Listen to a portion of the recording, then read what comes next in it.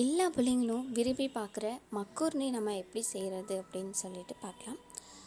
ஒரு கடாயில் எண்ணெய் எடுத்துகிட்டு தக்காளி வெங்காயத்தை நல்லா அரைச்சிட்டு அதுக்கப்புறம் அதில் போடுங்க. டேஸ்ட்டு நல்லா கொடுக்கும். அதுக்காக வேண்டி நம்ம அப்படி செய்கிறோம்.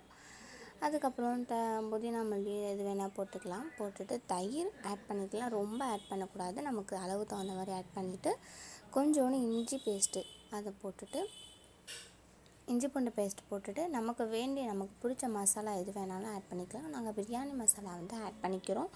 ரொம்ப டேஸ்ட்டு கொடுக்கும் அப்படிங்கிறதுனால.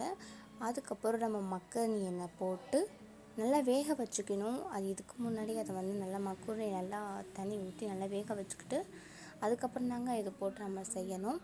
அப்போ தான் சீக்கிரம் வேகாது. அதனால நம்ம அப்படி செய்யணும். செஞ்சுட்டு இது நல்லா இதோட தக்காளி வெங்காயம் அதை அரைச்சி வச்சோம்ல அந்த பேஸ்ட்டு அந்த இது போட்டுட்டு அது கூட நல்லா ஆட் ஆகிற மாதிரி நல்லா பண்ணிக்கணும். அப்புறம் மஞ்சத்தூளை ஆட் பண்ணிவிட்டு மிளகாத்தூள் கூட ஆட் பண்ணிக்கலாம். காஷ்மீராக இருந்துச்சுன்னா கொஞ்சோன்னு ஆட் பண்ணிவிட்டு அவ்வளோதான்.